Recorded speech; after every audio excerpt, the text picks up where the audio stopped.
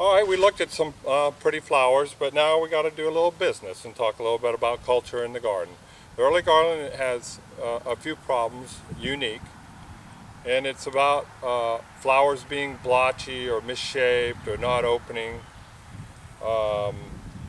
Also, scapes might have cracks in them indicating differential growths, and these things can limit the amount of quality flowers you have in your garden. Now, some of this is caused by bugs, and some of this is caused by cold, and a lot of it can be treated with genetics if you're actually running a selection program outside and pretty well chemical free. So if bugs are your problem, our big ones are thrips, aphids, and spider mites. And I'm going to hopefully show you some of those, but we'll talk specifically about it. Thrip is our big herder right now. It's a very small bug, about 1 millimeter, which is really, really tiny, typically black and pointy shaped, and moves very quickly. And then aphids, they're round and roly-poly, and they're not very mobile. Thrips are very mobile. And then we have spider mites. And spider mites can do a lot of damage in a short period of time, primarily because they can reproduce so quickly. All three of these are treated in this garden only with water. I water very heavy, and so I use streams of water. The other thing that helps me is beneficials. And once when I get to 10% bloom and higher, my beneficials are attracted to the garden just like the bad bugs were invited into the garden. And so my problems would disappear quickly. So I don't have to use chemicals to control my bugs. I'm also going to tell you about why it's a good idea as a hybridizer not to use chemicals, because it might be masking problems you have in your plants. Just like high culture and fertilizers and stuff, it might be masking the fact that it's really a poor growing daylily. All right, let's see if we can find some examples of bugs in the garden. Here's a malformed scape and buds falling off. This is done by thrips early season. They're long gone, but the damage is already done. A normal scape would be in this position and be looking like that. No buds dropping off, no browning. Thank goodness we're beyond the pest season now and should enjoy pretty blooms. Here's another seedling, and you can see that the flower is blotched, and this is not very attractive. Sometimes it's a cause of bugs, which is the case here, in which you can actually see that it's almost patterned and there's actually small spots, and it's not necessarily round.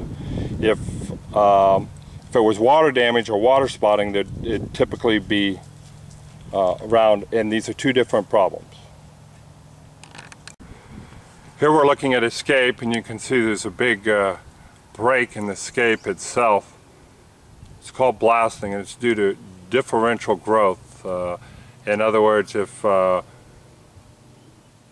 conditions were perfect for 2 or 3 days and they grew real well, and then the conditions weren't so perfect, you could get differential growth, and this would lead to what we call blasting, even to the point where the scape gets completely severed.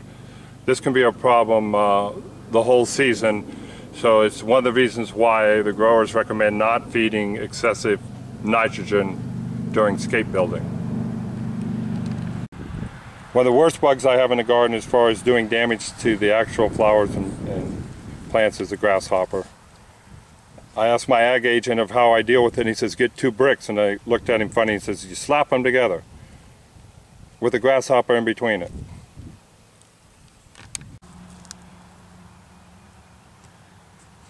There's Mr. Ladybug, down there gobbling up aphids as fast as he can.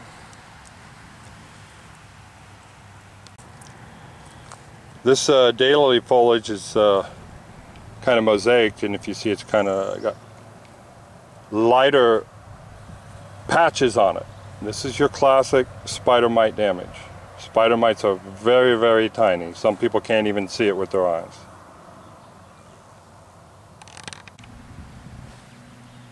We tried to find some bugs, but the only bugs we found were beneficials. Yay!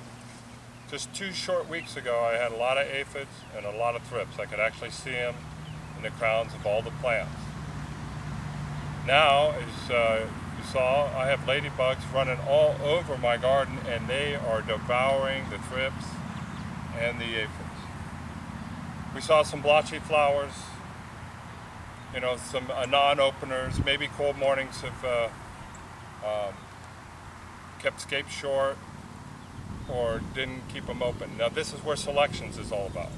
So by that I mean, if you know, as a hybridizer, if the you know, not developing well in the garden, don't put your name on, throw them out. You know, as far as blasting, stay away from the nitrogen when you start seeing scapes, and you shouldn't have a problem.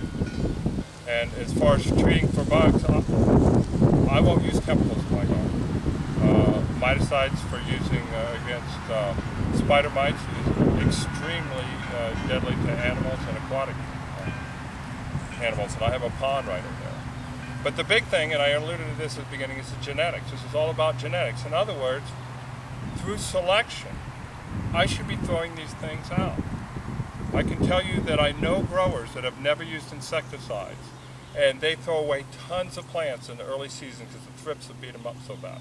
Kurt Hansen, for example, his daylilies do great for me. The bugs don't attack them because he's thrown away all the plants that the bugs attack. If somebody's spraying these, you know, orthene and miticides and all these things that are killing my ladybugs and worms, then you'll never know how good the plant is. And I think that's real important. So that's it for this early season, and I hope next time we'll have even more pretty things to show you and less about problems in the garden. Bye.